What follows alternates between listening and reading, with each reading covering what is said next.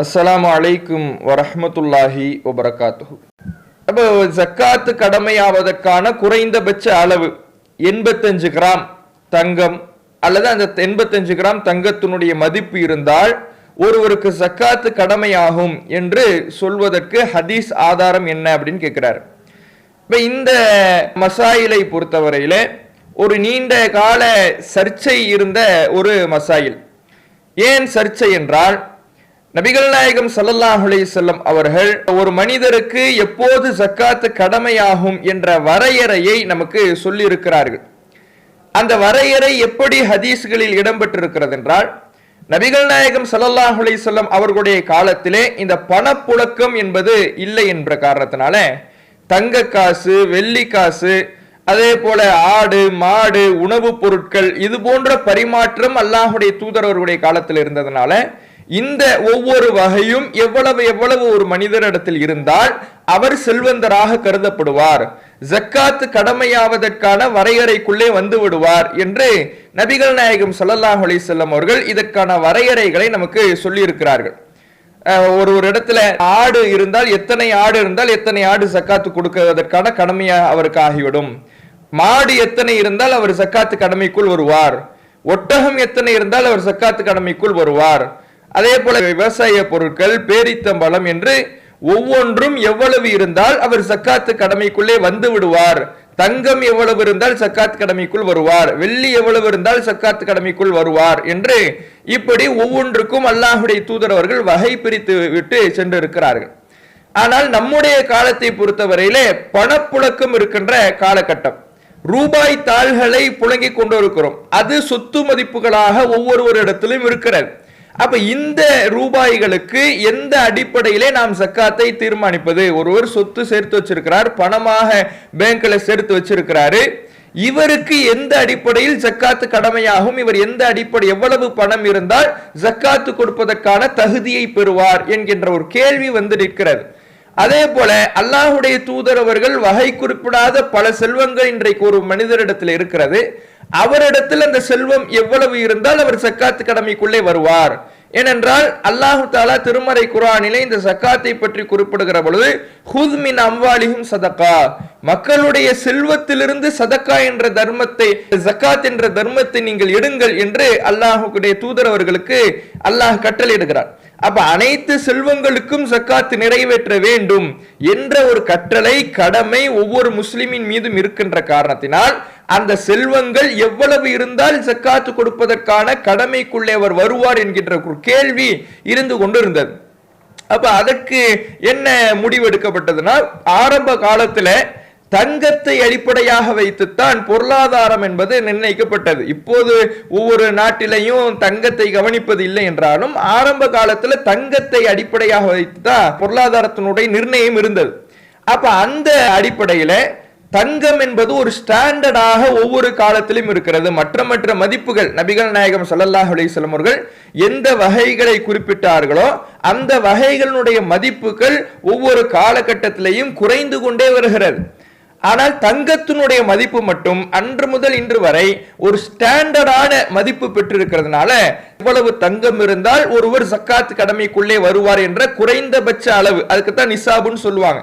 அந்த நிசாபை எவ்வளவு அல்லாஹ்வுடைய தூதர் அவர்கள் வரையறுத்து தந்திருக்கிறாங்களோ அந்த அளவு அல்லது அந்த மதிப்பு அளவு ஒரு இடத்திலே செல்வம் இருக்கும் என்றால் அவர் ஜக்காத் கடமைக்குள்ளே வந்து விடுவார் என்ற முடிவு எடுக்கப்படுகிறது. அப்ப அதற்கு பின்னால் ஒரு மாற்று கருத்து, ஒரு சர்ச்சை என்ன வருதுன்னா, தங்கம் தொடர்பாக தங்கத்திற்கு நபிகள் நாயகம் ஸல்லல்லாஹு அலைஹி வஸல்லம் அவர்கள் ஒரு குறைந்தபட்ச அளவு சொல்லி இருக்கிறாங்கல்ல, அந்த குறைந்தபட்ச அளவு தொடர்பான அனைத்து செய்திகளும் பலவீனமாக இருக்கிறது. வெள்ளி தொடர்பாக வரக்கூடிய செய்திகள் ஆதாரபூர்வமா இருக்குது. இவ்வளவு தங்க காசு இருந்தால் 20 தீனார் இருந்தால் அரை தீனார் கொடுக்க வேண்டும். 20 தீனார்னா 85 கிராம் இருந்தால் ஒருவர் ஜக்காத்து கடமைக்குள்ளே வந்து விடுவார், அவர் ஜக்காத்து கொடுக்கணும் என்று நபிகள் நாயகம் ஸல்லல்லாஹு அலைஹி வஸல்லம் அவர்கள் சொன்ன செய்தி அனைத்தும் பலவீனம். அதனால் தங்கத்திற்கு ஜக்காத்து கொடுப்பதாக இருந்தாலும் சரி, நம்மிடத்தில் இருக்கக்கூடிய நகைகளுக்கு ஜக்காத்து கொடுக்கிறதா இருந்தாலும் சரி, மற்ற செல்வங்களுக்கு ஜக்காத்து கொடுக்கிறதா இருந்தாலும் சரி, இந்த தங்கம் தொடர்பாக நபிகள் நாயகம் வரையறுத்த அந்த செய்தி ஆதாரமாக கொள்ள முடியாது, அது பலவீனமாக இருக்குது. அப்ப அதுக்கு அடுத்த நிலையில வெள்ளி தொடர்பான செய்தி இருக்குது, வெள்ளியை வைத்து நாம ஜக்காத்து கொடுக்கணும் அப்படிங்கிற ஒரு மாற்று கருத்து முன்வைக்கப்படுது. அப்ப அது குறித்து நம்ம ஆய்வு செய்கிற பொழுது, நம்முடைய ஜமாத் சார்பாக அது தொடர்பான கருத்துக்களை திரட்டுகிற பொழுது, இந்த தங்கம் தொடர்பாக நபிகள் நாயகம் வரையறுத்த செய்திகள் பலவீனமாக இருக்கிறது என்பது உண்மை. ஆனா அனைத்து செய்திகளும் பலவீனம், ஏற்கத்தகுந்த சான்று அல்ல என்ற நிலையில் இல்லை. ஒரே ஒரு ஆதாரபூர்வமான செய்தி இருக்கிறது என்று நமக்கு அந்த ஆய்வின் முடிவிலே தெரிய வருகிறது. அது என்ன செய்தி அப்படின்னு பார்த்தா, அல் அம்வால், காசிம் பின் சல்லாம் என்பவருக்குரிய அல் அம்வால் என்ற கிதாபுல இடம்பெற்று இருக்கக்கூடிய செய்தி. அந்த செய்தியில நபிகள் நாயகம் ஸல்லல்லாஹு அலைஹி வஸல்லம் அவர்களுடைய கடிதத்தில் இடம்பெற்றதா இருக்குது. ரசூலுல்லாஹ்வுடைய கடிதத்துல ஒரு தகவல் இருக்குது. அந்த தகவல் என்னன்னா, அஸ்ஸஹபு லா யூஹது மின்ஹு ஷைஉன் ஹத்தா யப்லுக 20 தீனார். அல்லாஹ்வுடைய தூதர் அவர்கள் அந்த கடிதத்தில் எழுதியிருக்கிறாங்க. இந்த கடிதம் யாருக்கு எழுதப்பட்டுச்சுன்னா, அம்ர் இப்னு ஹஸ்ம் என்ற ஒரு நபி தோழரை அல்லாஹ்வுடைய தூதர் அவர்கள் நஜ்ரானுக்கு ஆளுநராக நியமிக்கிறாங்க. ரசூலுல்லாஹ் ஜனாதிபதியாக மதீனாவை ஆண்டு கொண்டிருக்கும் பொழுது ஆளுநராக இன்னொரு பகுதிக்கு ஒருவரை நியமிக்கிறாங்கன்னா, அவருக்கு அந்த இஸ்லாமிய சட்டங்களை அவர் எந்த அடிப்படையில் ஆட்சி நடத்தணுங்கிற அந்த வழிகாட்டல்களை அவருக்கு தெரிவிக்கணும். அப்ப நபிகள் நாயகம் ஸல்லல்லாஹு அலைஹி வஸல்லம் என்ன பண்றாங்கன்னா, அவர் நஜ்ரானுக்கு ஆளுநரா நியமிச்சுட்டு அவருக்கு ஒரு கடிதம் எழுதுறாங்க. அந்த கடிதத்துல பல்வேறு சட்டங்கள் இடம்பெறுது.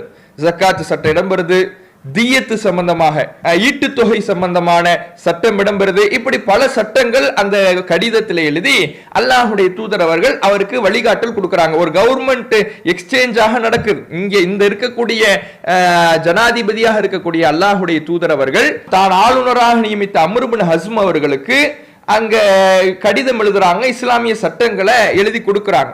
அந்த கடிதத்துல தான் என்ன இருக்குதுன்னா, அஸ்ஸஹபு லா யூஹது மின்ஹு ஷைஉன் ஹத்தா யப்லுக 20 தீனார்.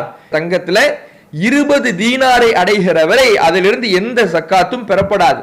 ஃபஇதா பலக 20 தீனார், 20 தீனாரை தங்கம் அடைந்து விட்டால் ஃபஃபீஹி நிஸ்ஃபு தீனார், அதுல அரை தீனார் ஜக்காத்து கடமை அப்படின்னு ரசூலுல்லாஹ் அதுல எழுதி இருக்கிறாங்க.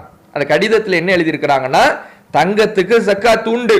எதுவரை தங்கத்துல ஜக்காத்து கிடையாதுன்னா, 20க்கு கீழே, 20 தீனாருக்கு கீழே இருந்துச்சுன்னா, ஒரு 19 இருந்துச்சுன்னா, 18 இருந்துச்சுன்னா, அல்லது அதுக்கும் குறைவா இருந்துச்சுன்னா அவங்கள்ட்ட ஜக்காத்து வாங்க கூடாது. ஒருவர் 20 தீனார் தங்கம் வச்சிருந்தாருன்னா அவருக்கு ஜக்காத்து கடமையாகிடும். அவர் அந்த 20 தீனாருக்கு அரை தீனார் ஜக்காத்து கொடுக்கணும் அப்படிங்கிற அந்த சட்டத்தை அல்லாஹ்வுடைய தூதர் அவர்கள் எழுதியிருக்கிறாங்க. அப்ப இந்த 20 தீனார் அளவு ஒருவரிடத்தில் தங்கம் இருந்தால் அவர் ஜக்காத்து கடமைக்குள் வந்து விடுகிறார் என்ற சட்டத்தை இதிலிருந்து நம்ம அறிந்து கொள்ள முடிகிறது.